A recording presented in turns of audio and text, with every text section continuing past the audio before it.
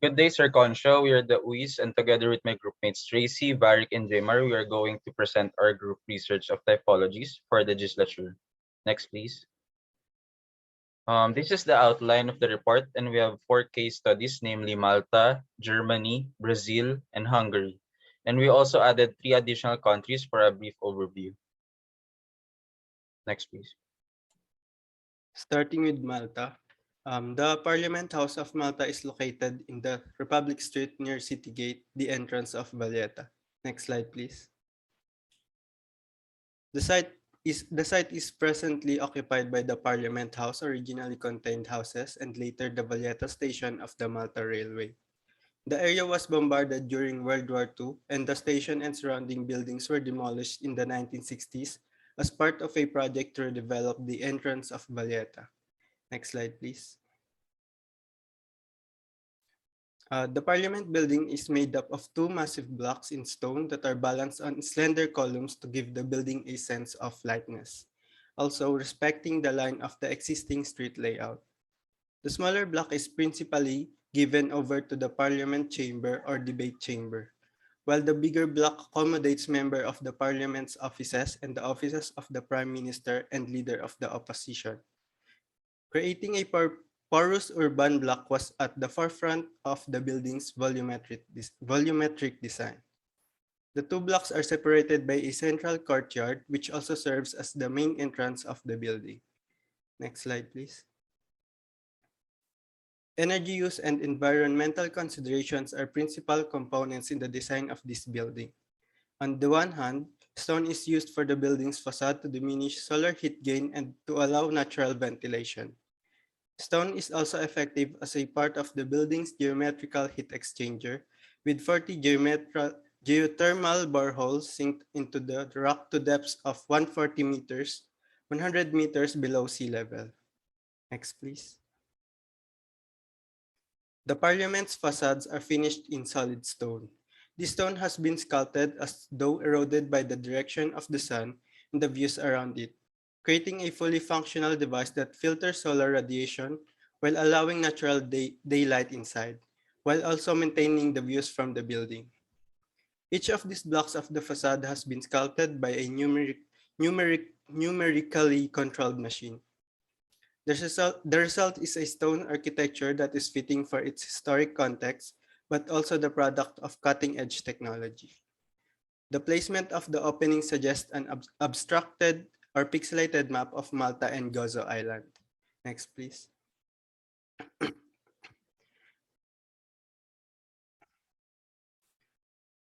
Next, please. The roof is covered with 600 square meter of photovoltaic panels, an ambiguous energy strategy that allows the building to generate 80% of the energy required to heat it in the winter and 60% of its requirements to cool it in the summer months. Next slide, please. The architecture of the Parliament building and the new city gate is very restrained, giving an impression of strength and austerity, stripped of extraneous decoration that would undermine its timeless and honest quality. Even though Malta is a small island, the whole building appears noticeably underscaled in comparison to other seats of the government, and there is a little about the building that says Parliament at all, despite the ornamental stonework. These forms could just easily be identified as a museum or gallery. Perhaps the building's understatement is deliberate, a desire to flatten hierarchies between the people and their representatives, demonstrating the transparency of the parliamentary system and the equality among the sectors in the government and its people. Next slide, please.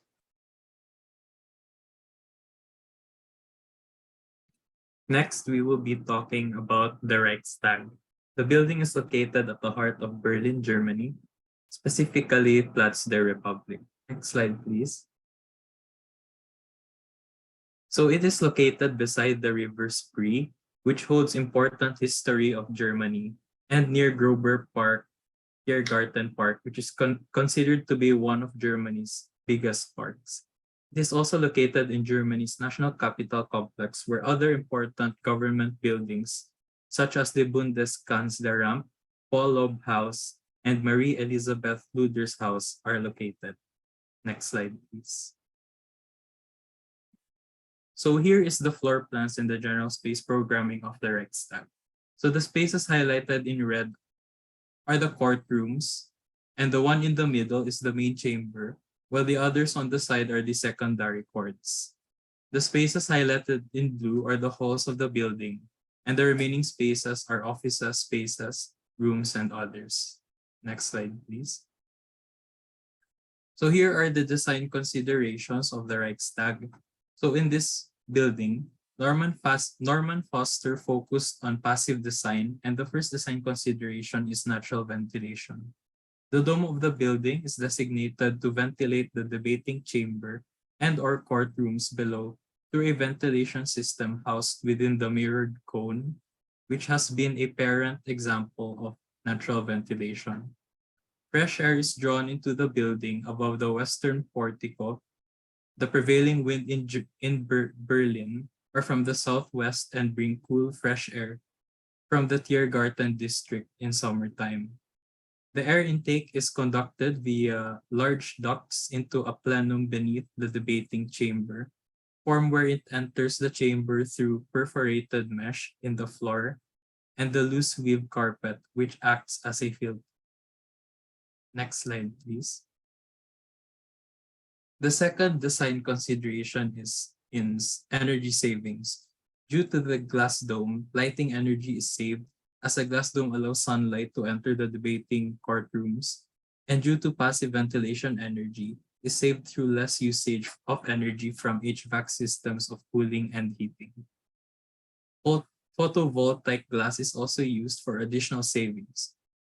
Biodiesel is used for power generation as it is extremely efficient, and it should be possible to reduce the emission of carbon dioxide to 440 tons a year.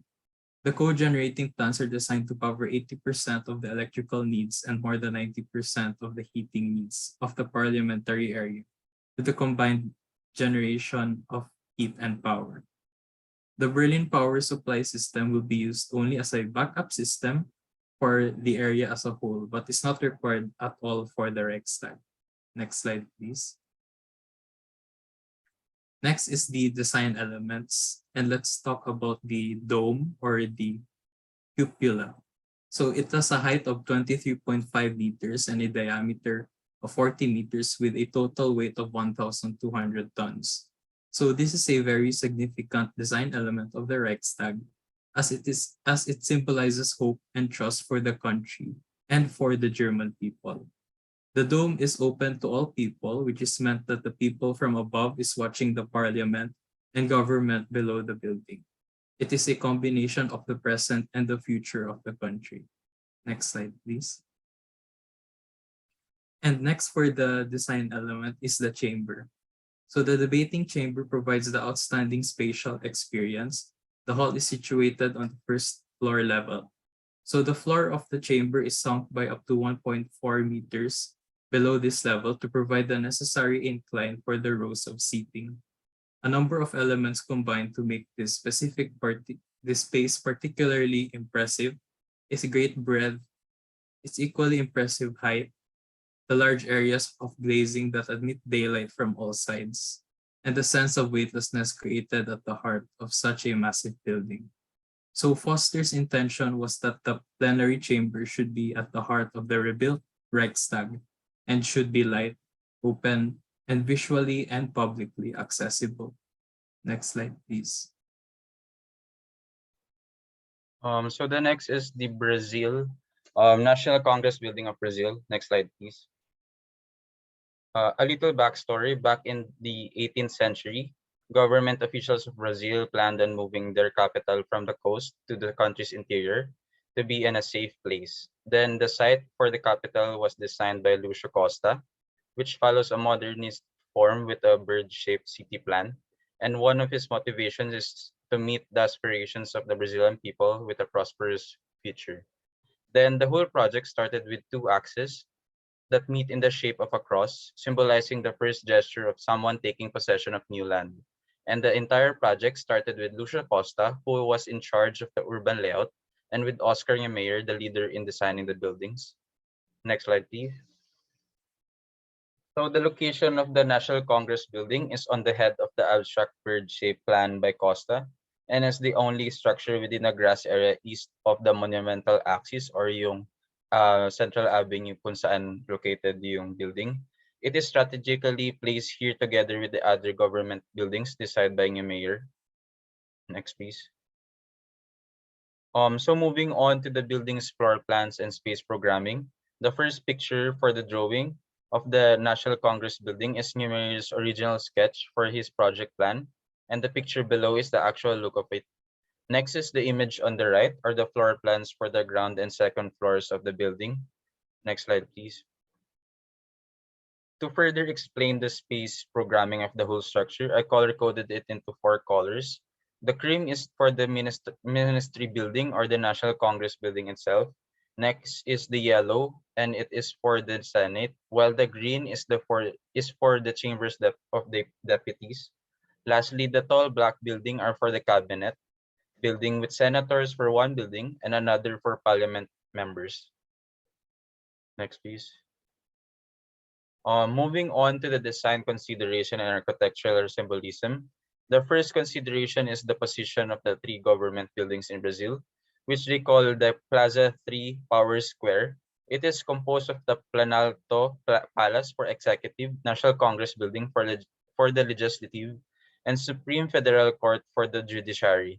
The Plaza 3 Power Square means the meeting of the 3 governmental powers, and its location is on the head of the bird-shaped city, which acts as the country's brain.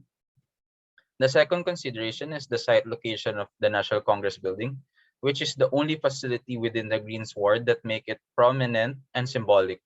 The designer wanted it to be accessible and seen by the people, since it is a house for the people, or house of the people, making it one of Brazil's biggest attractions. The third consideration is Niemeier's modern architecture. According to numerous sources, there are 3 primary motivators of why Niemeyer designed his famous works to look like what they are now. First is his patriotism. He loved his country, and he loved being a Brazilian, which is one of the reasons why he designed it for them, for Brazil. The second and the third are modernism and free-flowing structures, which he gained and from Le Corbusier's combination of modernism and romanticized utopia, and another is from his mentor Costa's realism, which gave Niemeier's work architectural sensationalism, and because of this, others call him the Picasso of concrete. Next, please. The fourth consideration is the twin dome. The building is bicameral, which houses 2 branches. The first dome houses the Senate, and the second and more prominent but inverted dome houses the Chamber of Deputies. And these 2 domes create a visual balance of having curves. The fifth consideration is the twin towers that house legislators' offices and another for administrative functions. The building are the next consideration is the twin towers. The building are 5-sided, which was resolved and connected by a 3-story bridge in the middle of the towers. And while the domes add curves, and these towers, on the other hand, add rectilinearity and verticality, which gives the whole building a visual balance. The last consideration is the materials and symbolism it creates. First, the use of concrete as a material to generate curves in the structure, and the use of glass and steel to accentuate the access of a good amount of lighting. And in addition to that, the white paint represents the beacon of democracy for the Brazilian nation. And the reflective pool, as users can see the inverted version of the skybound composition of the site. Next, please. And to end the Brazil's National Congress, Oscar Niemeyer said, "Here then is what I wanted to tell you of my architecture. I created it with courage and idealism, but also with an awareness that what is important is life, friends, and attempting to make this unjust world a better place to live." Next, please. Okay, so last we have the Parliament of Hungary. So just a short background. So the House of the Parliament provides home for the legislature and a place for the safekeeping of the Hungarian Holy Crown, and also a workplace for the members of the parliament and the prime minister and their staff. So the building is actually an eclectic architecture, and it combines the elements of and motifs of the various styles, namely Baroque, Gothic, and Renaissance features. So it has actually been a UNESCO World Heritage Site since 1987. And Imre Stendel is the architect, and he said that the traces of the Hungary's national character did not actually exist anywhere in their stone architecture, and he strove to achieve the introduction of a national and individual spirit into the Gothic medieval style. It actually received negative comments, but the building firmly established Hungary's nationalistic pride and ideals, which are grandeur and Catholicism. So for the site location, so being near the waterfront and at the center of Budapest, it leads to higher accessibility and visibility for the public, and it helps Hungary achieve all its goals. So the placement of the structure in the center of the city makes the public believe in their government due to its approachability. And yeah, this plot is actually unobstructed and bordered by four quiet streets, and it has an open view of the Dunabe River, and it is also bordered by one park on one side. Okay, so for the space programming naman, so its floor plan is Baroque and the plan is strongly axial, and its area is approximately 18,000 square meters, and it has 4 stories. So inside its grand wall, so there are 10 courtyards, 13 passenger and freight elevators, 27 gates, 29 staircases, and 691 rooms. So the orange shaded part is the 16-sided center hall. It houses the Holy Crown of Hungary. So the next is the green part naman on the left side.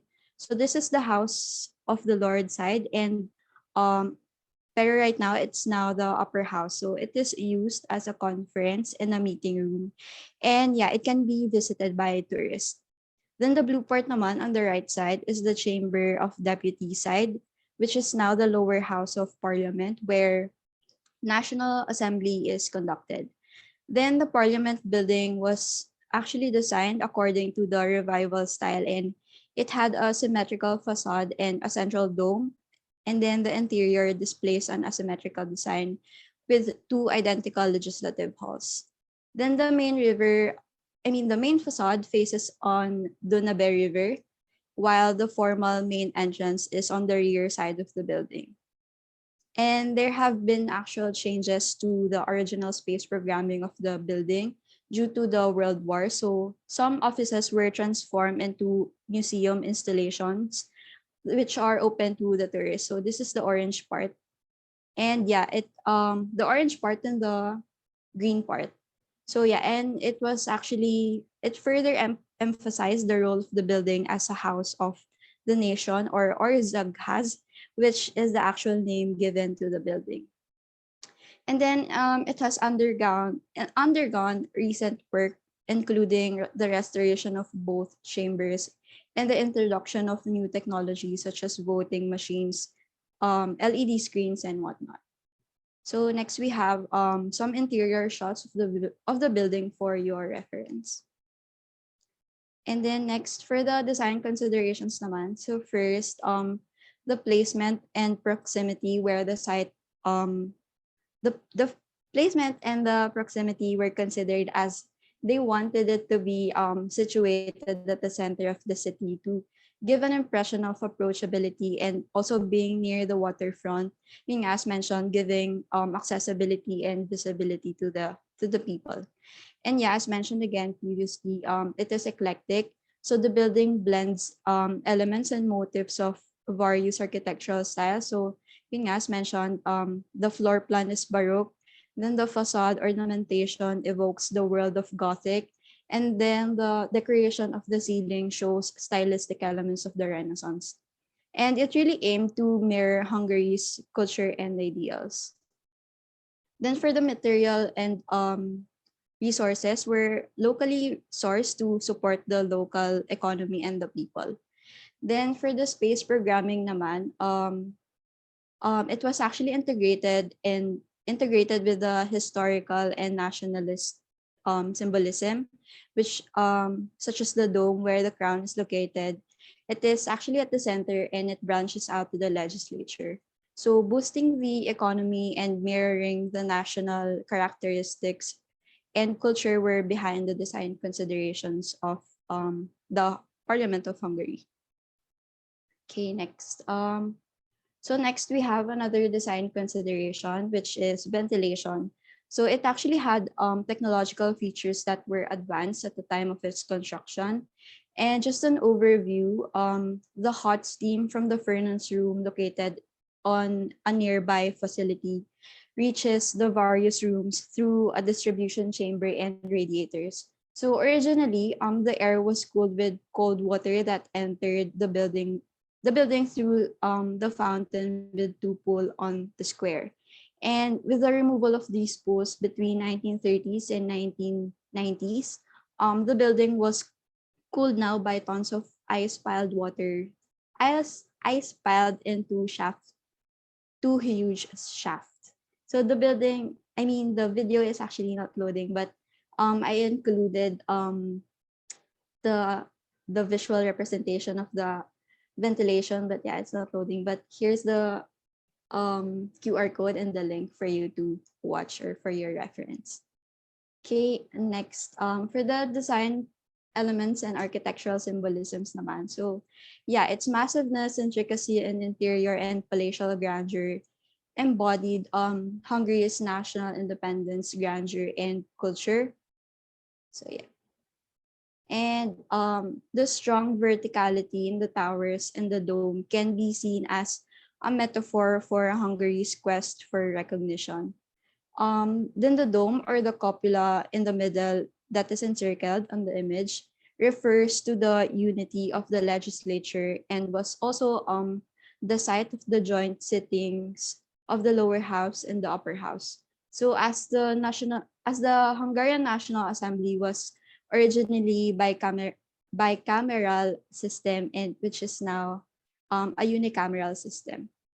Then the squared ones naman are the lower and the upper house chambers, which are surrounded by turrets or the small towers. So these are actually the same size, same design, and same in shape. And this actually symbolizes the equality between the two houses. And then next naman, they wanted to demonstrate loyalty and respect for the nation. So this was reflected in the materials used in the building as all were locally sourced to support their economy and their people. And then next, Stendhal, the architect, incorporated numerical facts within its structure to illustrate the importance of its construction. So the dome is 96 meters tall and there are 96 steps on the main staircase. And 1986 was actually the year marked the 1000th anniversary of Hungary's existence or the year of the settlement. So next, there are 365 towers. So these towers are incorporated throughout the building. So one for each day of the year.